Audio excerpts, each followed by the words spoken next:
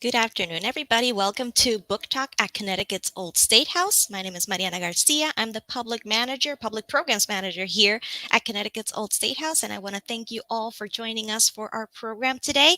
Today, we're going to be discussing this book, Civil Discourse.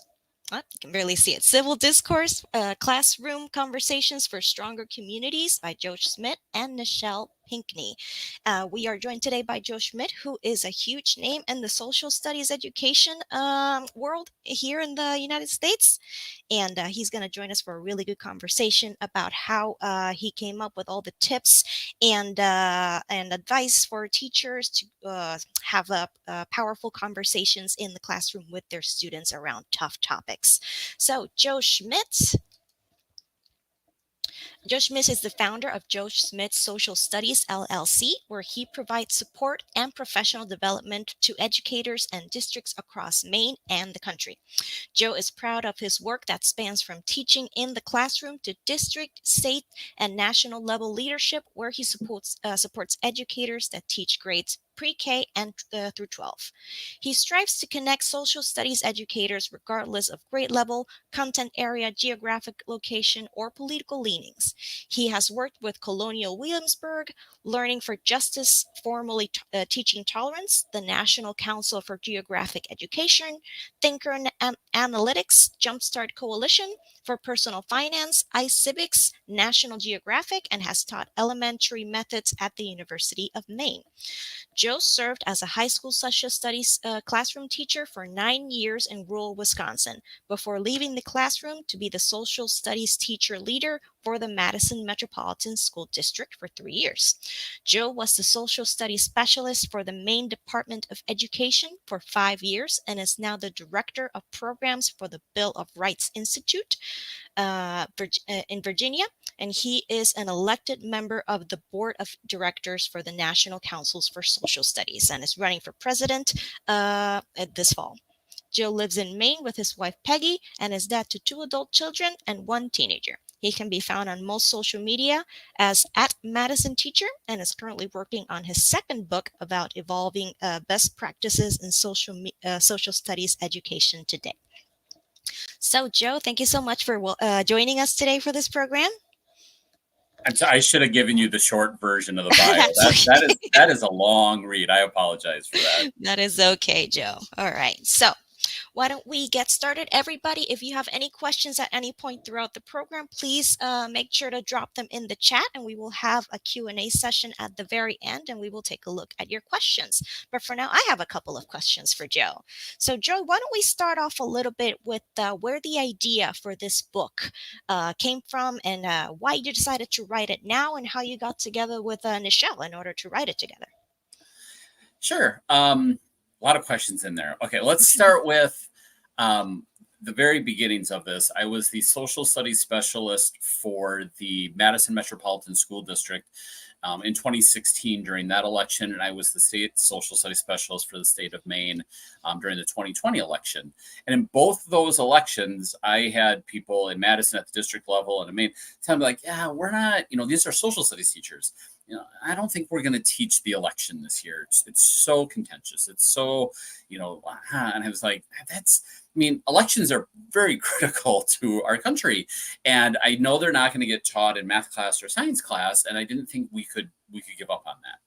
So there's a combination of that. And when COVID hit, I had just, I was starting to campaign for election to the board of the National Council for the Social Studies.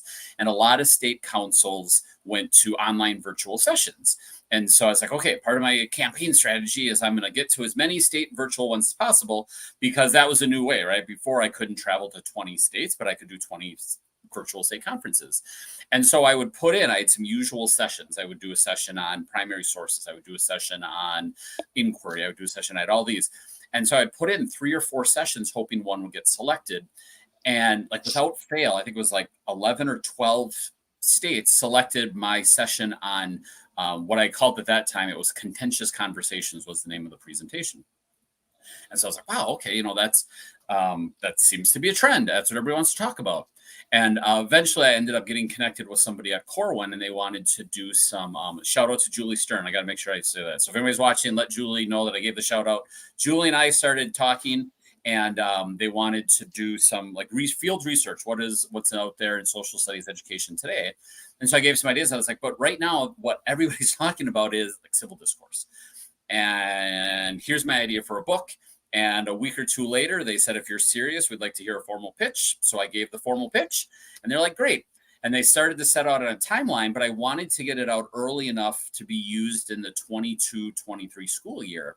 And so it was a really aggressive timeline. And Julie Stern, who served as my author mentor, our author mentor, said, I know somebody who would be fantastic. Do you want a partner to help you with, this aggressive timeline? And so I Nichelle virtually, and we never met in person before that or until the book was even done. Everything was on Zoom. Everything was on Google Docs. And ironically enough, months after, almost a year after the book was published, I'm trying to think timeline, in something completely unrelated to the book, we met for the first time in person. So that was kind of that impetus to it, was the number of people avoiding talking about the election. Thank you to Julie Stern for bringing me into the Corwin family with it. And that's how I got to know Nichelle, who's become a good dear friend of mine. We communicate on a regular basis. And we're actually working together on a webinar tomorrow as well. So. Wonderful. Thank you so much, Joe. And then, so discourse, civil discourse. Why don't we go over a little bit of terminology before we go any further? So what do you mean when you say discourse, and particularly civil discourse, inside or outside the classroom? Sure. So, Maria, I'm thinking you read the book, right? Because I feel like this is a chapter 2 question. Chapter 2 of the book is really about defining these terms, and any terms, anything you're going to have a conversation about. And for me, what really reflects this is of how I first got involved with a group called Thinker Analytics. They're at the philosophy department at Harvard University. I saw one of them present, and he told this really great anecdote about how oftentimes in disagreements, it's not so much that we disagree about what we're talking about, but we don't have an understanding of what we're talking about. And so we talk past each other on a regular basis. Now, if most of the audience here is from Connecticut, you might agree with the example he used. He talked about being in Boston at Harvard. All of his friends thought that Tom Brady was the greatest quarterback of all time. And that term is usually referred to as the GOAT. But he wasn't from Massachusetts. He was from Denver, and he thought Peyton Manning was the GOAT. And he realized in all these conversations, people weren't arguing about who the GOAT was. It wasn't about, is it Tom Brady, is it Peyton Manning? It was about, what is that definition? Because if we say, well, it's most Super Bowl wins, well, then there's an answer, right? It's Tom Brady. And back during this time, it was before Tom Brady had every single passing record. But you could say like, oh, most Super Bowls, Tom Brady. Most passing yards, Peyton Manning. We're not arguing about the GOAT. We are arguing about the definition of the GOAT. Because if you can agree on what the definition is, then at that point, you have an answer. And so in chapter 2, we talk about having a very clear understanding. If you're going to tackle a subject, a topic, something, make sure that who's ever in that conversation has a shared understanding of what you're talking about. That way you're not talking past one another and just being like, oh, this person's not listening. They might be 100% listening. They might actually even agree with you. That's this really great thing when you study civil discourse in non-classrooms and in communities and in public spaces, is how often people actually agree on a lot of the very key root fundamental things of a topic, but you're dancing around the edge on something else, and that's where you're getting hung up on. Well, policy X, and like, no, it should be policy Y, but really you agree on A, B, C, D, E, like so many other things, and that's where we can try to pull things back. Because when we're talking about discourse, now back to your question, the idea of discourse, it's a sharing of ideas. It's often verbal, but it can be written. We think about, civil discourse is usually people interacting with each other verbally, but it's a sharing of ideas. And if we put civil in front of it, I think we have, pretty shared understanding, in our society around what it means to be civil. We oftentimes hear the idea of, well, we can disagree and not be disagreeable. we can reach a point where you agree with that, I agree with this, but it doesn't result, name calling. One of the things I talk a lot about with teachers is, you want to set up questions and topics so that you're not ending friendships, right? So if student A disagrees with student B, it's not done in a way where like, oh my gosh, they are now fighting. You should be able to leave a classroom discussion, a discussion at the Thanksgiving dinner table. You should be able to walk away and be like, I don't agree with them, and we're still good, right? We're still friends. We're still family. I'm going to cut them a piece of pumpkin pie, because that sharing of ideas, that a cultural exchange is so important in all societies, and I think really in ours today. Thank you, Joe. Yeah, I think that's something that's so missing in just regular conversation between people nowadays, that they feel like you're attacking them rather than what they are saying or their ideas. Attack the idea, not the person. And it's not. I think one of the things we often get trapped into is thinking that a conversation is a win-lose. Mm-hmm. So if you and I are Mm-hmm. having a discussion, I have to be deemed right, because if not, I've lost something. Mm-hmm. And that's where in the book, we spend a lot of time talking about like this differentiation between having a discussion and having a debate. A debate has winners, right? So let's think about those definitions. And I think most of the time when we're engaging in a conversation with somebody, it's not usually like, let's get to the bottom of this. One of us needs to be declared the winner, and then the other one goes home, right? We're usually just trying to share ideas, and we're going to have a conversation. I'm going to get a little smarter. You're going to get a little smarter. We may still disagree, but we can both walk away and say like, okay, that was a good conversation. They haven't changed my mind, but that doesn't mean I've won or I've lost something. The idea of sharing information, communicating with each other, being part of a society is not a zero-sum game of wins and losses. And I think so often, so many things in our media and other places in our society have made it be like, well, did you win? Well, then you must have lost. Versus just the idea of like, did you get smarter? Yeah, I learned something. Okay, cool. Like that's better. We're all in a better place. And I think back to exactly what you're saying in that, like, we don't have to win. We can just think. Yeah, we can all be winners if we learn something. All right, so we're definitely going to go into those different kinds of discourse that you outline in your book. But before that, so the rest of the title, I like to sort of dissect the titles of the books before we jump into the content. So creating stronger communities. Something that you mentioned in your book and that I really, really liked is that how schools are almost one of the last places where we get to meet and interact and are sort of a force to interact with people we don't necessarily agree with, well, people outside of our tribe, quote unquote. Could you sort of expand a little bit on that and why schools are so important as that shared space of a melting pot of different opinions and kinds of people? Why are schools an ideal place to have these discourses? Sure. And I'm going to give you, I think there's two big parts to that. Why is it schools? And then why are schools the ideal part? There's a great book out there in the late 80s from Robert Putnam called Bowling Alone, which he focuses, the case study is on membership in bowling leagues. But it's expanded beyond that in the book. But the idea is in our country since the 60s, we've seen declining enrollment in bowling leagues, but also in church attendance, in members of being a 4-H club, Knights of Columbus, League of Women Voters, all of these societal community groups where it wasn't about politics or belief, except for this shared belief, like bowling is fun. I believe in this religion. I believe in giving back to my community. And that's what mattered. And the person across from you may have all sorts of different beliefs about other things, but you were here for a shared goal. And we're seeing declines all across the country in all of those areas. And so what that's leaving us with is schools. So why schools? Well, schools is kind of that rare place now where regardless of your political leanings or your beliefs or all the other things, you attend school. That's that shared communal space that is dissipating, kind of the other where you can voluntarily go.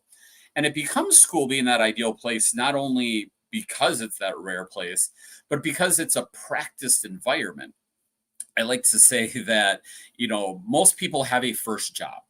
most, young adults, either today or when you were younger, you probably had a first job somewhere, and there's a good chance it was probably a service industry job. And this is not a knock on working at McDonald's or Walmart or anything like that. I mean, everybody has a first job. But when you're hired at McDonald's, they don't have a training. And it's like, nice job on the fryers. Tomorrow we're gonna work on the cash register, but today, okay, civil discourse. Let's talk about how to be, give back.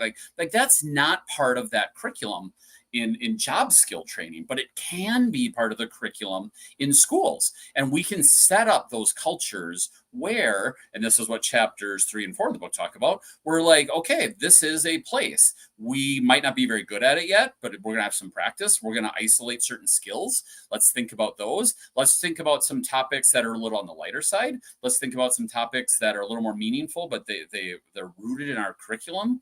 And at the end of the day, we may disagree, but tomorrow comes the next day, and we're still going to be in friends. We're still going to be on the football team together. We're still going to be in student council together. We're still going to eat lunch together, and there's a different topic.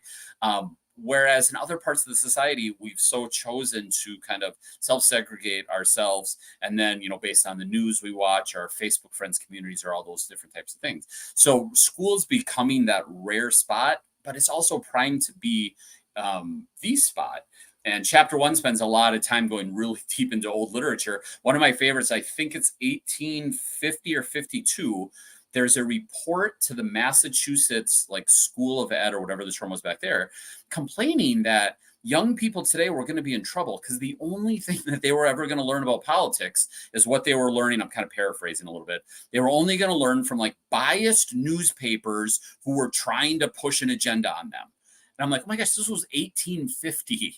And somebody was like, schools need to step into this role. And I'm like, that was 175 years ago. And we're still having the same thing. So it's not a new issue. And people for more than a century have looked to schools to do it. And I think as schools, do step into that, I think there is so much benefit to not only the students, but the community. So we talk about classroom conversations for stronger community. These young people grow up to be a part of our communities. Our communities interact with schools. They come into our schools. They work with our schools. And if we can make schools that keystone in our society in terms of learning civil discourse, you're going to get generations of young adults who become adults. You're going to have people more invested in their society and the group. And maybe we'll see a rise back of those volunteer organizations and maybe even bowling leagues, as once again we realize, hey, we can disagree and still enjoy a Thursday night out, whatever that event might be. Wonderful. Thank you, Joe. Yeah, I used to bowl in school. Same. All right. I think that's why the book resonates with me, because I was also in a bowling league when I was younger. Okay, so another thing you mentioned in your book, it's one of the things that seems to be a roadblock for many teachers, and maybe some pressure from outside of schools, is that we don't want to make students feel uncomfortable in the classroom, or we don't want our teachers themselves to feel uncomfortable having these conversations and these discourses in the classroom. But you say students have to learn how to feel uncomfortable and how to deal with discomfort. Can you expand a little bit on that? Sure. One of the things I talk about in the book early on is the society, people, human beings for hundreds of years now, maybe thousands of years, I don't know how many years, have sought to avoid discomfort. And it makes sense. We build houses so that we stay dry when it rains. We do air conditioning so that we stay cool when it's hot. We build refrigerators, vent the refrigerators so that food would spoil. So we had ice around. We have cars so we can get to places quicker. I mean, almost every innovation in human history has been about convenience, to not be uncomfortable. I think we're reaching this tipping point in intellectual discomfort where we're starting to lose something, whereas all these other evolutions in technology to make us more comfortable, I think, have made life better. I think if we back away from mental or intellectual discomfort, I think we lose something. And I think we lose a bit of our societal self. I think we lose a little bit of our civic responsibility. I think we lose a little bit of our innovation of what has pushed us, for, again, hundreds, thousands of years as human beings. And so now the ability to kind of self-isolate into these thought bubbles, or these bubbles of space with thought, because we don't want to be uncomfortable, I think is a detriment to us. And I think it's something that we need to do. So when I do full day workshops, I usually start with a slide like, okay, let's start by getting comfortable being uncomfortable and having those conversations. Because I do think that's that rare part where we grow through discomfort when it comes to our thinking and how we interact with one another. Again, in an environment, right? It's not about I'm going to be uncomfortable by getting in a fist fight. Oh my, Joe, I did it. I was super uncomfortable. He punched me in the face. I'm a better person, right? It's really that mental, emotional growth part of like, oh my gosh, that was hard. Right? We tell kids all the time, not everything's easy. You need to have grit. Like, you're going to fail a couple times, but then you're going to get better at it. And I think we need to have that same mindset when working with other people, talking with other people in our community. There's going to be times we're going to disagree. If there's going to be times we're going to get upset, and that's okay. Like, we'll grow through it. And I think that's something we need to kind of reframe our thinking about. Absolutely. Yeah, we're a better place for students to learn how to disagree and feel uncomfortable than in school. All right. So, Joe, why don't we start heading into the deep content of the book? So you lay out several types of discourse that teachers can choose depending on what the topic that they've selected to have a discourse in their class to be. So can we go over a little bit each of these types of discourses, and maybe what kind of topics would be best for each of them? And I'm assuming you're in chapter 2, the 3Ds, right? You're not into the Yeah. strategies. Okay. So we've identified the 3Ds of discourse: dialogue, discussion, and debate. And we talk about how each of them serve a different purpose. And if we're thinking about in a classroom environment, and I think a lot of this is, again, just in a general environment, it's what are you wanting to accomplish out of something really helps guide the type that you would take. So, for example, a dialogue is just sharing of ideas, right? It's talking. We can communicate about things, and if something is a kind of heated discussion, and we don't necessarily need to reach a resolution, you can just have a dialogue, right? Like, you and I disagree on this. Okay, I'm not here to change your mind about who you voted for, or whatever. But tell me about it. Tell me why you voted for this person. Tell me why you believe in this policy, or why are you against this policy, right? It's a listening skill. I'm going to listen to you. And if you can do this in, at least 2 people or a small group, so person A talks and the others listen. And it's not about attacking. It's not about rebuttals. It's not about changing the mind. They're like, oh, okay, I learned something. Well, here, can I share? Well, here's where I come from on this topic, right? I believe in this because I voted for this person because I think we need to make this change because. And if the other person that you're talking with can also just listen, you can talk about some really highly contentious things, and it's not a fight if you can agree to those terms, right? I just want to hear you out. I'm not going to interrupt. Please don't interrupt me. Please don't try to change my mind. And I think that's almost the start of this, with the self-isolation bubble. Like, if you were driving down the road and your neighbor had the political sign of the opposite party, would you have any comfort level to go to them and just be like, hey, I think we have some shared beliefs or understandings or values or something, and we live in an area. I'd like to know more why.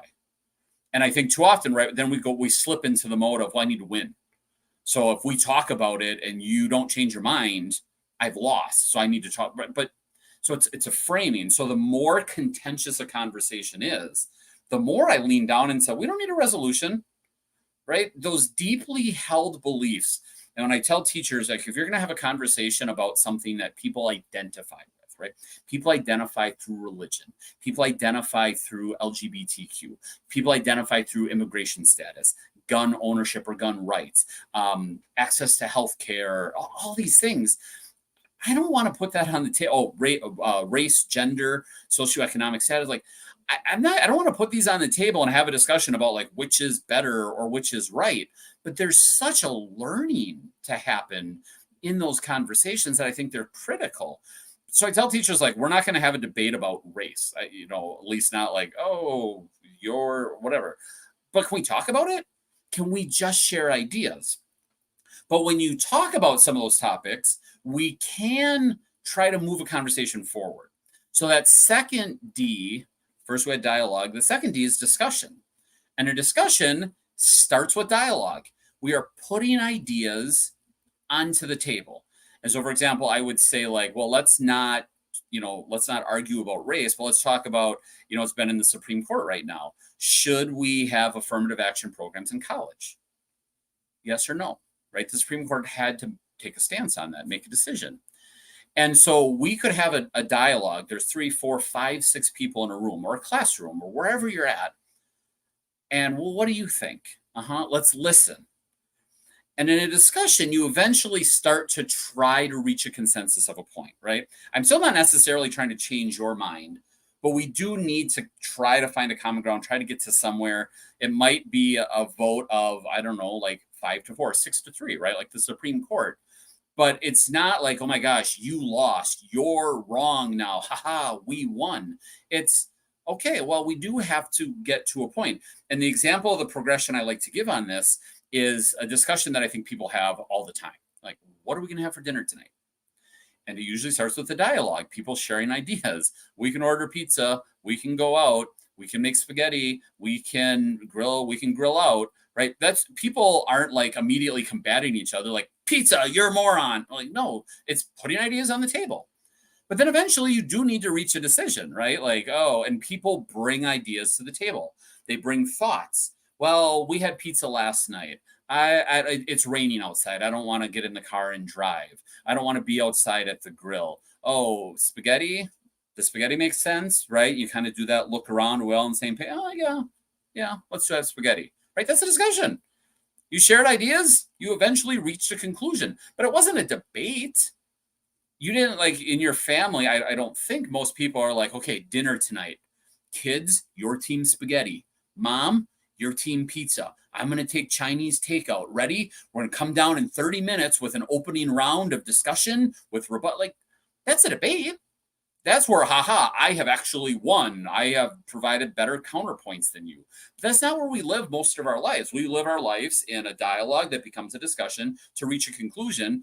And again, we don't taunt people. We don't declare them the loser because we pick spaghetti, not pizza.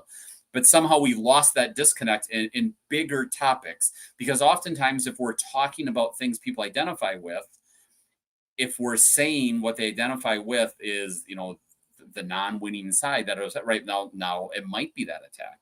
So then you wouldn't want to have a debate, right? I'm not going to have a debate about those topics. And you might even be wary about a discussion because what are you trying to get to?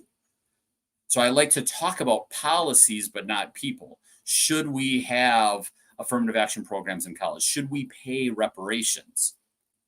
We can talk about those policies, but I'm not going to like have a discussion like, oh, is racism a thing? Like, no, like, if we want to talk about racism, let's keep it in like a dialogue. Let's just share people's experiences. We have a lot of historical written records on that. But if you're going to get all the way to that third D of debate, dialogue, discussion, debate, that shouldn't be a heated topic, right? That can be a good, solid idea. But I wouldn't do the one like, if you lose, we might be attacking your identity. Or like, if you lose, like that's a deeply emotional thing. Because there are topics that are very powerful for people. And if you're going to set up a debate where you're actually declaring a winner and a loser, then that's a really rough place to go. So I would do, like when I teach elementary methods, like I will have a debate around, should we move the capital of Maine? It's currently Augusta. Well, what are the pros? Well, the building's already there. The highway goes by it. The river system goes right by it. What are some cons? Well, it's like the 10th largest city. It's not that big of a city. It was built because it was the furthest upstream you could get. Is that important anymore? It's not the like geographic center. It's not the population center, right? But we needed to reach a conclusion, yes or no. But that's not a topic. We're practicing skills of debate, but that's not a topic where I think people are going to be like, oh my gosh, they're going to move the capital, and they leave emotionally distraught.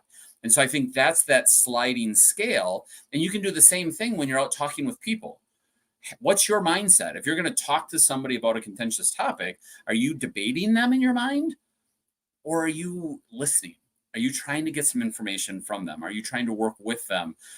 There's a great study that came out just as we were finishing up the book from Dr. doctors, McAvoy and McAvoy, where they had students talk about a contentious topic, like, should we build the southern border wall? And they surveyed kids on a scale 1 to 10. What do you think? And there was, there's kind of like an inverse bell curve. You had a group of kids at like 3 or 4, like, I don't think we should. And a group of kids at like 6 or 7, like, I think we should. And when they had the debate, they had the two sides debate. And then they asked them afterwards, what did they believe? The shift widened. The 3s and 4s became 2s and 3s, and the 6s and 7s became 7s and 8s. And I don't really think when we're having discussions with people, like, our goal is like, oh, let's become more divided in our beliefs. So the other thing McAvoy and McAvoy did was they took those kids, again, 3s and 4s and 6s and 7s, and they paired them up and they said, okay, 2 of you think there should be, 2 of you think there shouldn't be. Work together in a group, and what's the best possible outcome that the 4 of you can live with? And then they surveyed posts, and like, the 3s and 4s became 4s and 5s, and the 6s and 7s became like 5s and 6s. So they closed the gap. People found the common ground. People found the connections that, like, oh my gosh, there's actually a lot of things we have in common. But again, that's based on, if I'm having a discussion with somebody, is my goal going in, do I feel like I'm debating them? Am I trying to win? Or am I trying to learn from them? Am I trying to really reach the best possible solution? And in the book, I write something along the lines of, like, no community gets better by excluding half the people. You're like, all right, we won 51% of the vote, so we are not listening to the 49% of you. Like, there's good ideas over there. I think everybody would have to admit, not all good ideas are concentrated in one group of people. And if we don't have any ability to even hear those other ideas, I don't think we can reach the best possible version of any community or society. And that's, again, why we talk about civil discourse for the communities, because I think that's really the outcome. I'm a social studies teacher. I'm long-winded. I'll talk all day. No, yeah. Thank you so much, Joe. Yeah, one of the topics for discourse that we use here at the Old State House during our school programs is whether or not 16 and 17-year-olds should be allowed to vote, which is actually a potential legislation that might be happening here in Connecticut. So that brings me to my next question, because you were talking about moving the capital from Maine, from Augusta. So what advice do you have for teachers to find good topics for discourse in their classroom, particularly things like that could, resonate with their students, maybe like local topics and stuff like that? Sure. One big point that I try to start with is, anytime you're asking a question and you're like, okay, I'm going to ask them this.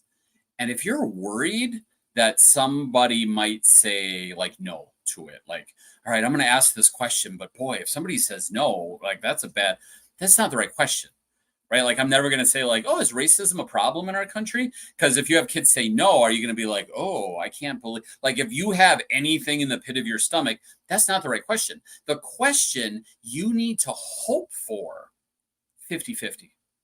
A good question really does split the room. That's the purpose of it. That's how you engage in that quality discussion.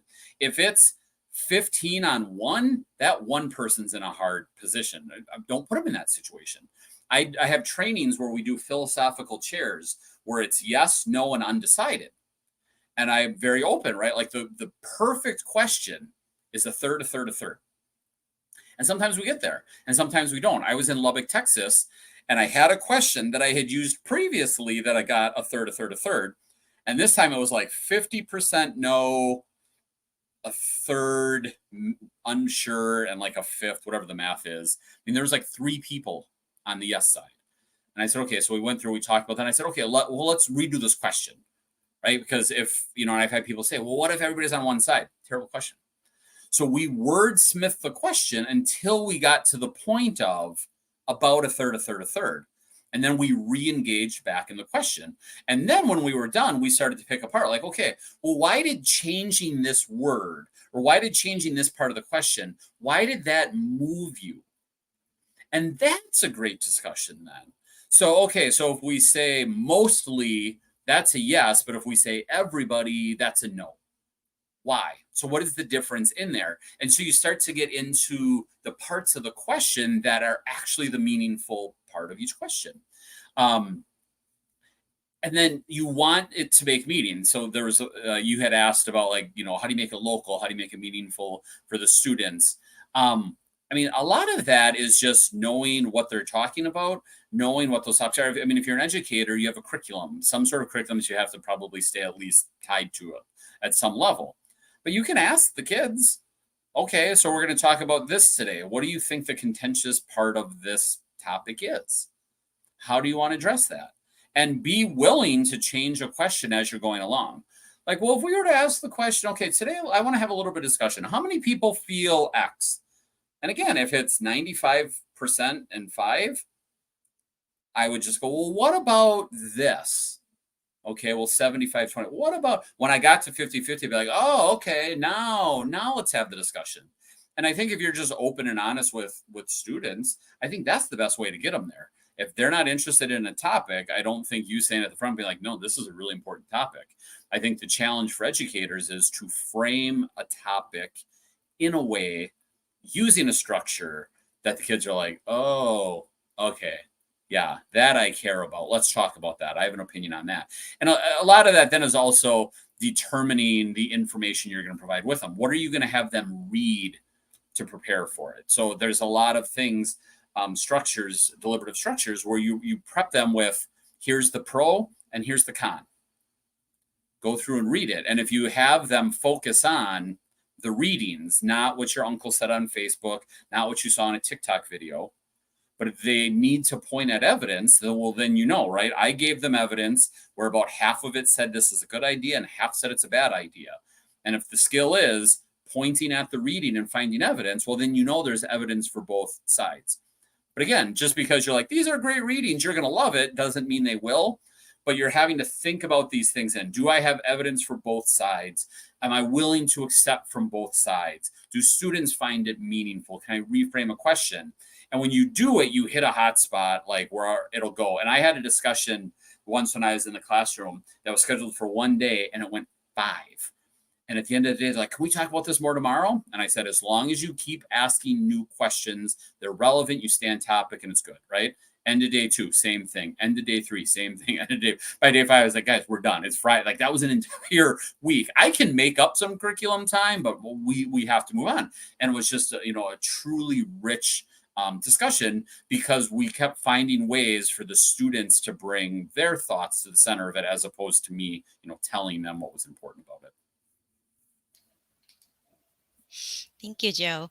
And then that brings us to how teachers need to prepare their students and the classroom before having these discourses. Because obviously, it's not just about picking a topic that the kids want to discuss and then let's go.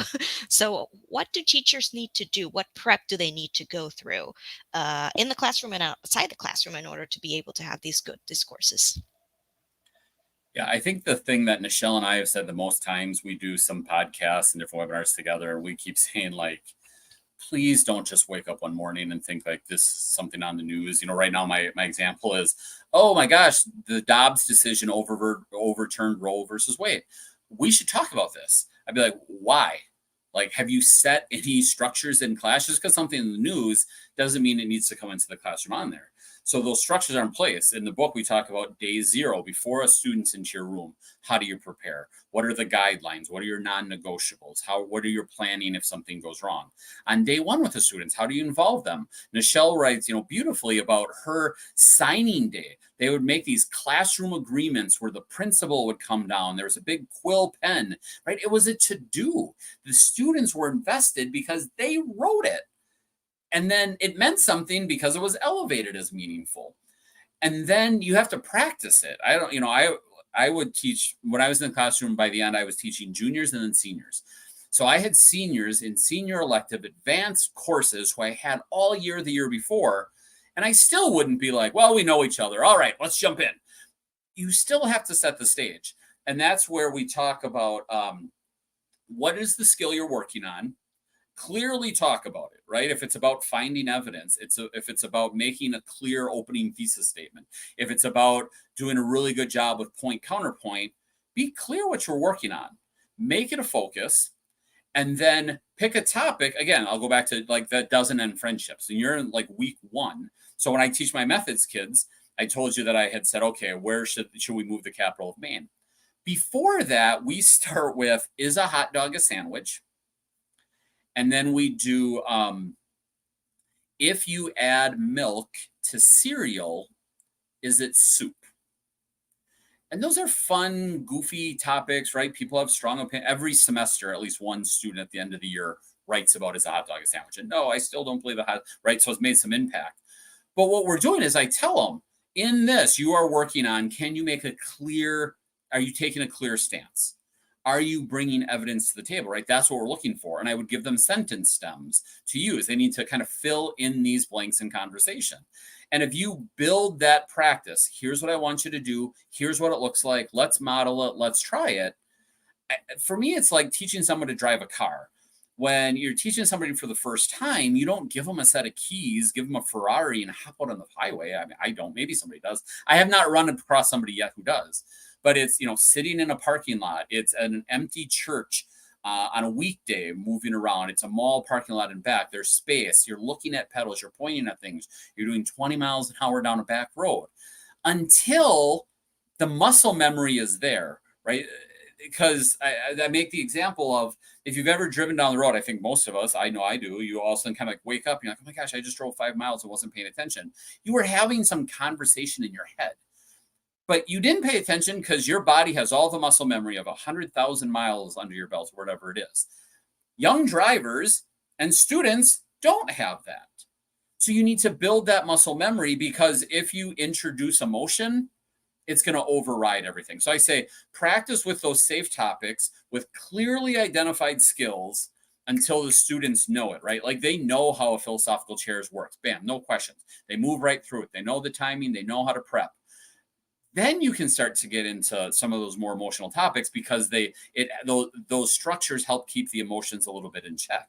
And then you need to do that prep work. What is the right question? Is there a legitimate yes and no to this? Depending on, are you doing a debate? Is there multiple sides in a philosophical chairs? If you're doing a pinwheel perspective taking, what are the legit viewpoints that you would want to have expressed, and how do you express it in the right way? And what are the questions to do it? And even for a teacher, it's a skill. The students need practice with the skill, and teachers need that skill. It's a reflection time. And again, even out in your community, you can ask political questions of people in a lot of different ways. And some of them are going to get very strong reactions, and some of them might actually, open to a positive conversation, right? And I don't want to oversimplify it, but if you ask your neighbor, like, politics today they're really confusing, or boy, it's really tense. And I just want to learn more about can you tell me about how you got to be it's a lot different than like, hey, I couldn't help your sign out there in the road. And I think all people that vote for that person are a moron, but maybe you can change that. We're like, you've already set a tone. And so it's the same thing in the classroom. How are you setting it up? Do students know what's expected of them? Have you built the community? Are we all on the same page? And have we had some practice? So. Thank you, Joe. And so I was wondering if you would be able to share a couple of dialogues that you have been involved with or have facilitated in the classroom, some memorable discourses that have taken place in your classroom, or that you have observed other teachers facilitate. Well, I told you about the one that went from 1 day to 5. This would have been in like 2010 or 2011. I think it was pre what is this? The LGBTQ, the same-sex marriage, Oberfeld something. So this was before, just to be clear, before same-sex marriage was legal, constitutionally, nationally legal. And I was teaching a sociology class, and we talked about the 5 characteristics of a society. All societies have education structures, games, and et cetera. And one of them is family structures. And so in that book and in that chapter, it talks about, family structures. Different cultures have different family structures.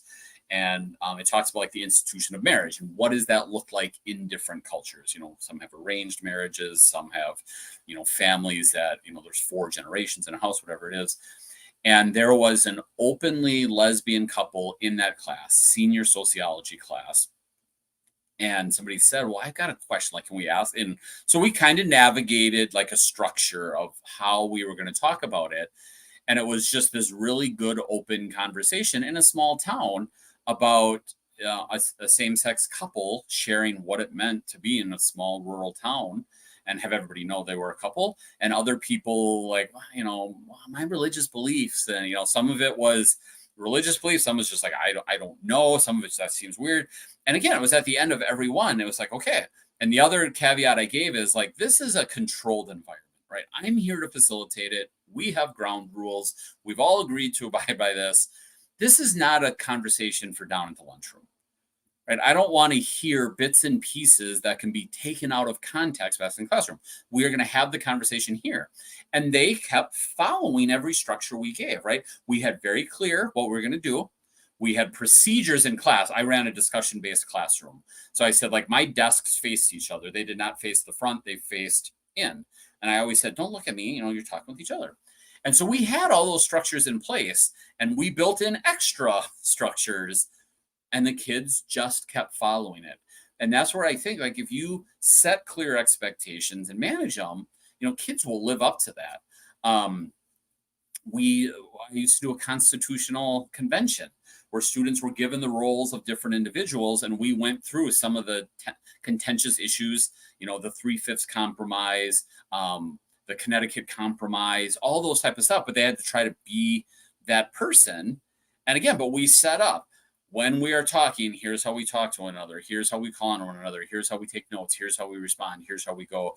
So that was a role play discussion where in the end, again, it wasn't a debate. It wasn't this side versus this side. It was a group of people playing a role, having to reach a consensus, but they had to do a week of planning before we did the week of the convention, right? So there was front loading, there was structures, there was agreements.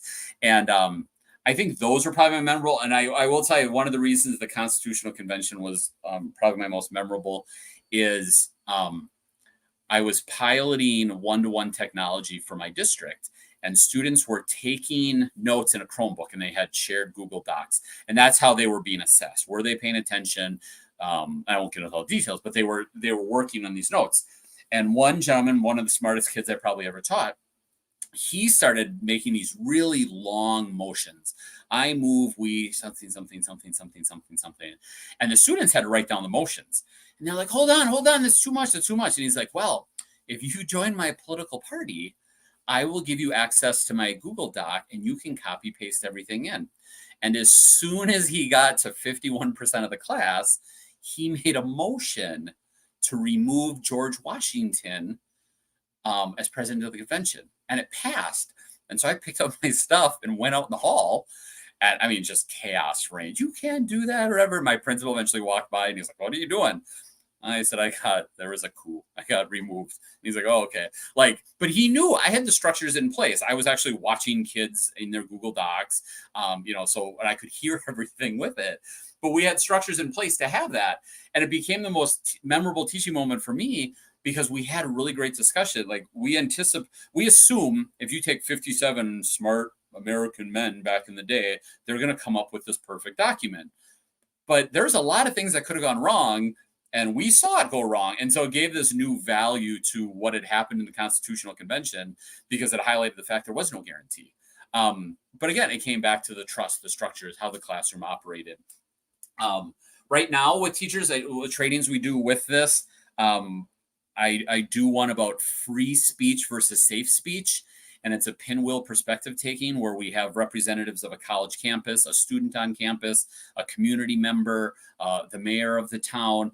And we're talking about how does free speech or protected speech on the college campus impact the town around it. So I give them some news articles about events that had happened at the University of Missouri and at Yale and have them read through it and then work in small groups to take on a role. And it's great. And I do it with teachers. It's usually the last thing I do. They've been with me 8-9 hours.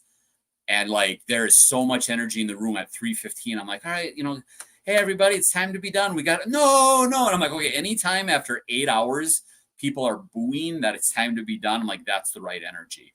So that one has been a fun one because it's something our society is struggling with. Like, we have free speech, but where are the lines? Where are the boundaries? How do we make sure that it's not offensive speech? And to put adults into the role of trying to figure that out has been a really good one. And I'm sure I could go on and on, but Miriam is probably like, Joe, we're running out of time here. I've got more questions for you. Stop telling stories. Thank you, Joe. I love that story when you got voted out. Students beating you at your own game. Oh, and it was brilliant. So then at lunch, right, they're talking about it. So that was like third hour before lunch. So then like fifth hour after lunch is like, I want to make a political party. Did everybody hear what happened to George Washington? And it failed. Like, it failed in every, and I started telling following years, I started telling them that. And no other group ever pulled it off, even with the knowledge it was doable. But again, it was such that shining moment of like, everything that's happened in this country could have gone a whole bunch of different ways. But how did it get to this point? So yeah, it spread across our small high school like wildfire, and every other our tribe it failed. That's wonderful.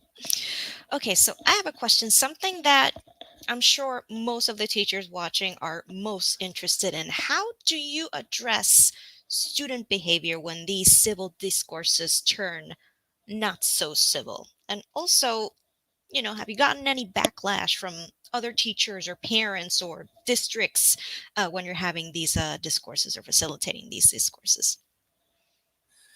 So day zero, what I alluded to earlier, and it's in chapter 3, the day zero planning, I think, is really critical on this. And it talks about how do you plan for what you can't plan for.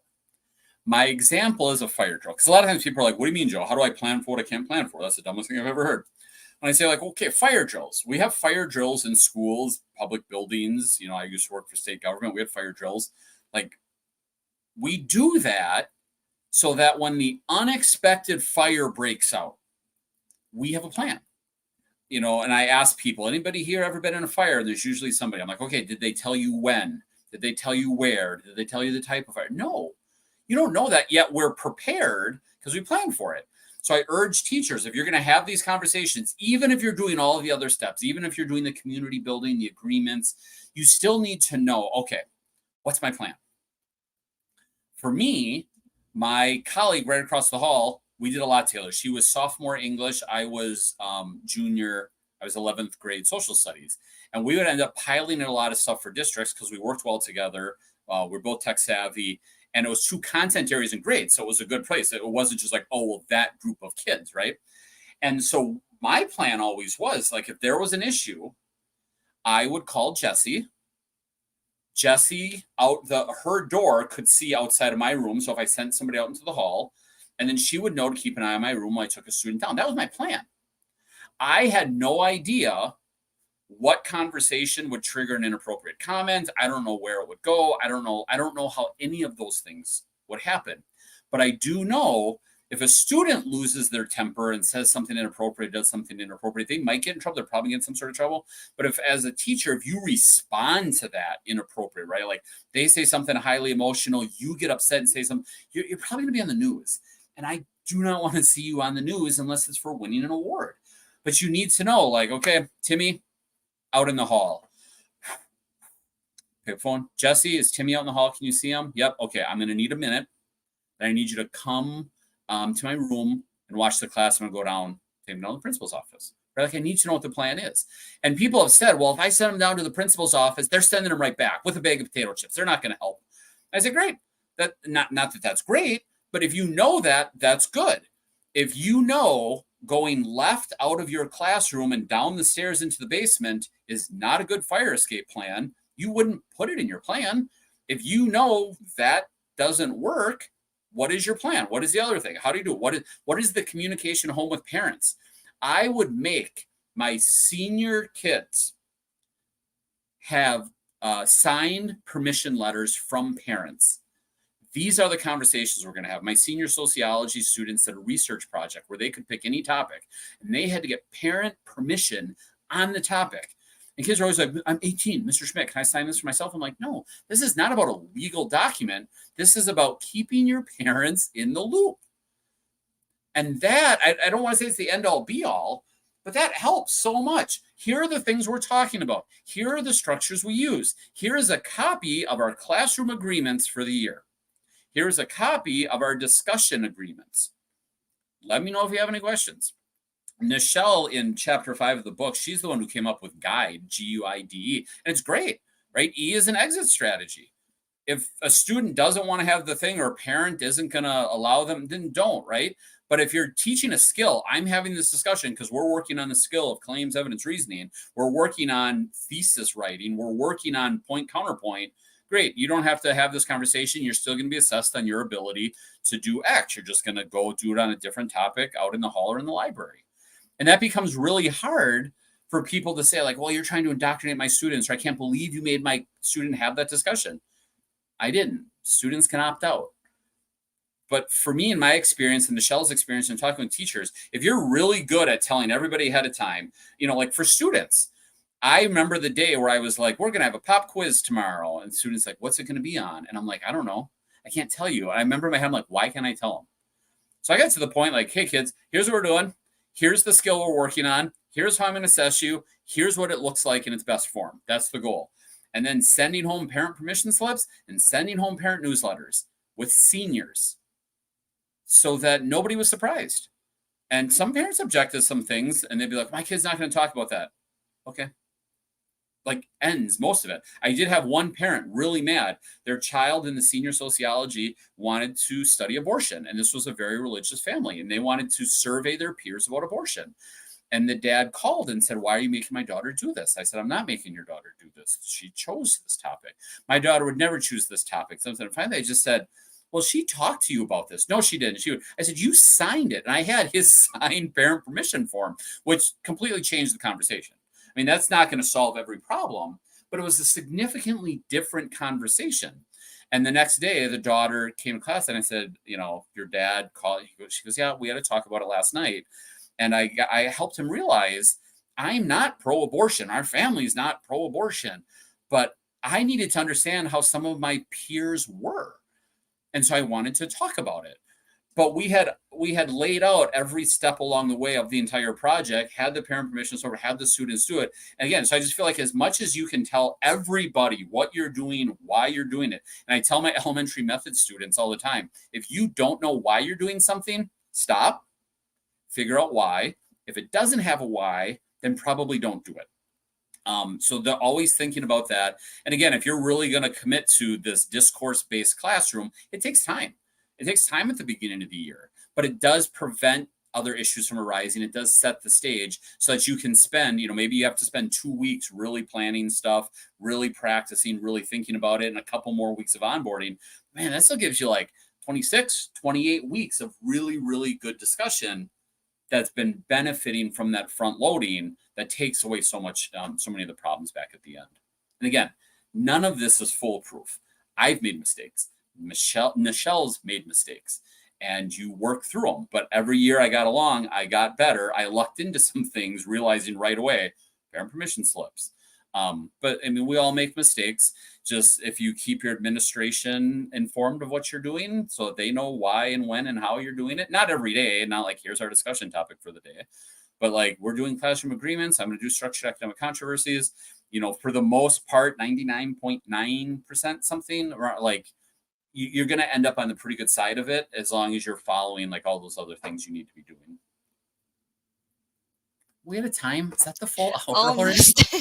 Yeah, thank you, Joe. We are cutting a little bit close, but I do want to give anybody, if you have a question, a chance to post it in the chat or in the comment section.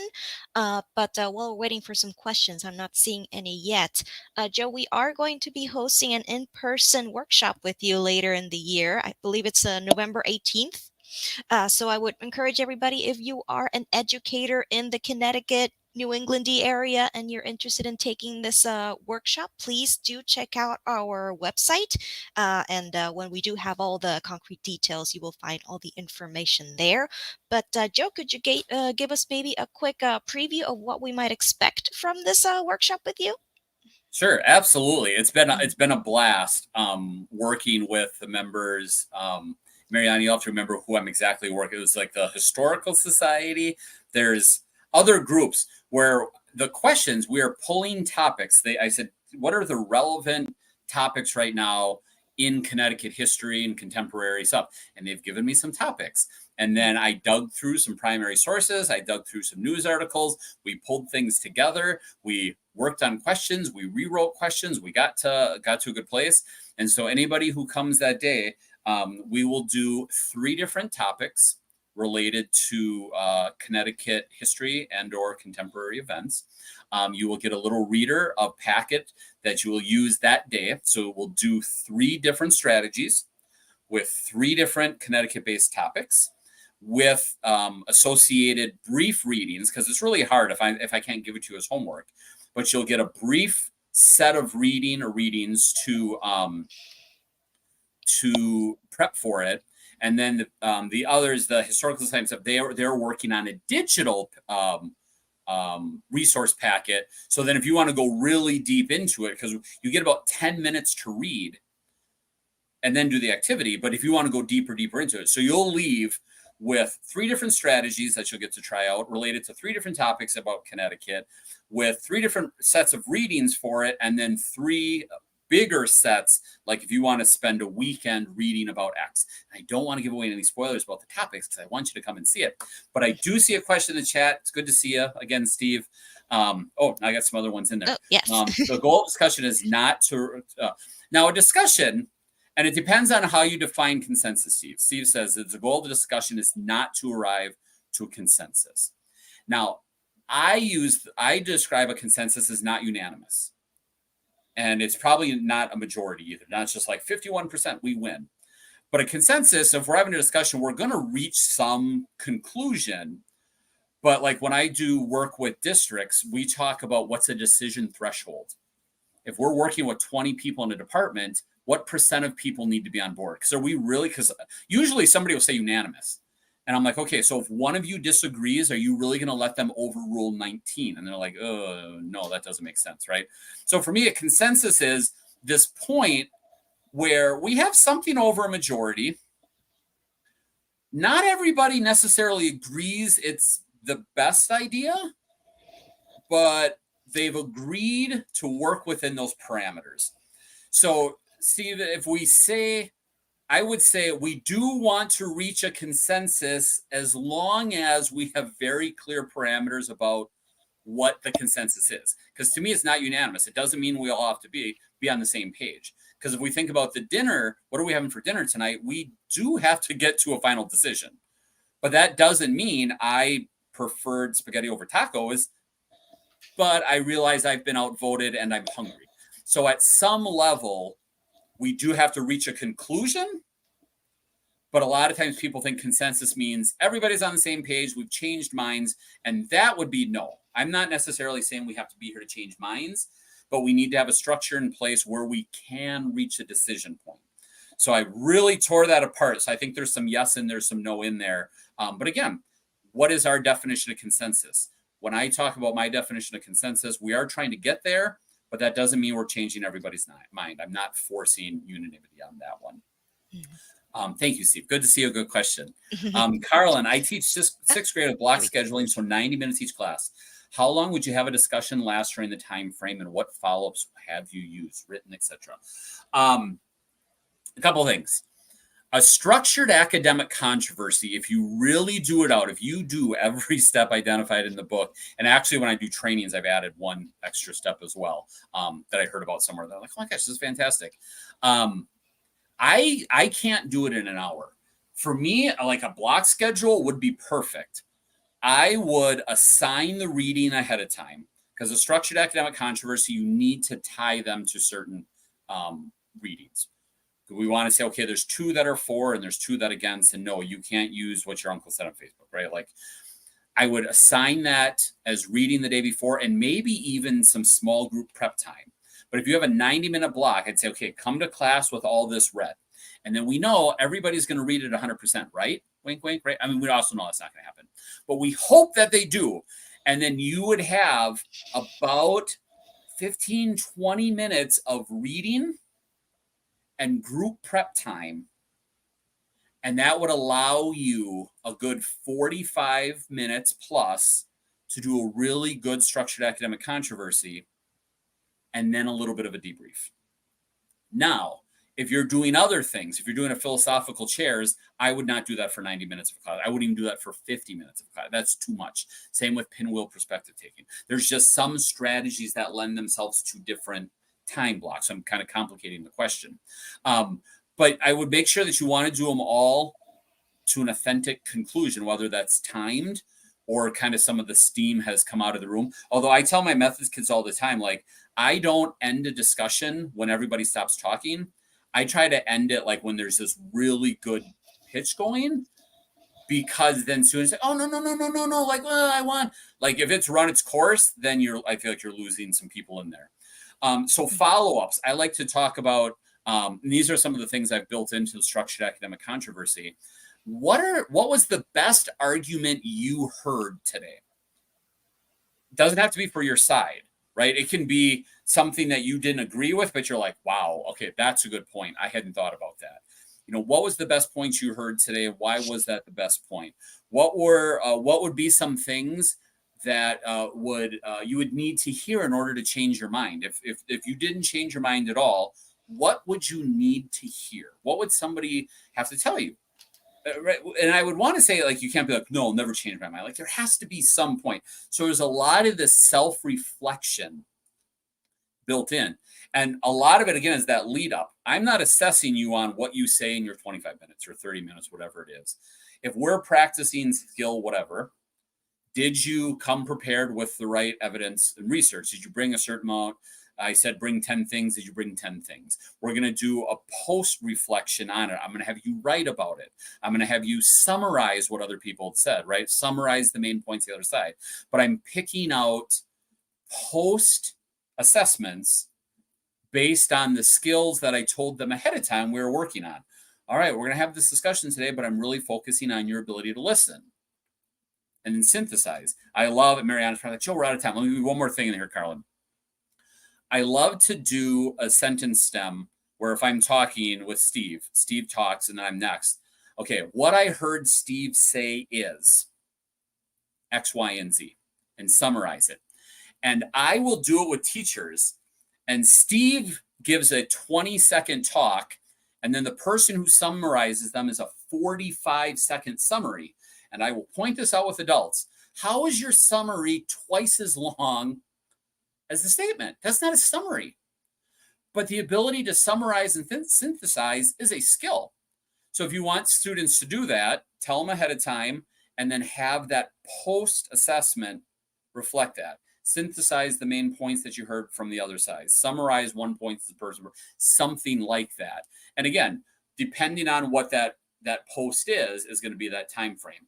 And I know I'm kind of all over the place, but the different strategies have different time amounts. And then I think block scheduling is perfect because you can get prep and some of the posts done in the same one. But that 45-minute period, right? You're thinking about the day before, you're thinking about homework, you're thinking about reflection papers as they're coming out, all sorts of stuff. So I think you're welcome. Thank you for being here this evening. Right. Thank you so much, Joe. And thank you for everybody for sticking with us for a couple of extra minutes. So, Joe, thank you so much for a wonderful discussion. We could have a much, much longer conversation. And in fact, we will probably at our workshop later in the year. Again, if you are an educator in the Connecticut area, please stay tuned to our social media, our website. And once we have all the details in order, you will see it advertised right there. And I hope you will be able to join us then.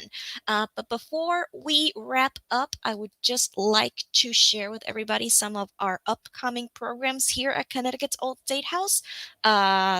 Later tomorrow, actually, we will be having our joint program with the Connecticut State Capitol, Then and Now Family Fun Day, where you'll be able to have a tour of the Old State House and the State Capitol over about a 15-minute walk away from the Old State House. So yeah, if you have time to head down during the day with your family, do check it out. And then later in August the 22nd, we have our next conversation at noon on the Connecticut Freedom Trail. This time we'll be having a program entitled Enslaved for Life, Reexamining Connecticut's Prince Mortimer with John Mills. And then later we will be having a new traveling exhibit hosted here at the Connecticut's Old State House from September 8th through November 19th. That should actually be November 13th, not 19th, my bad.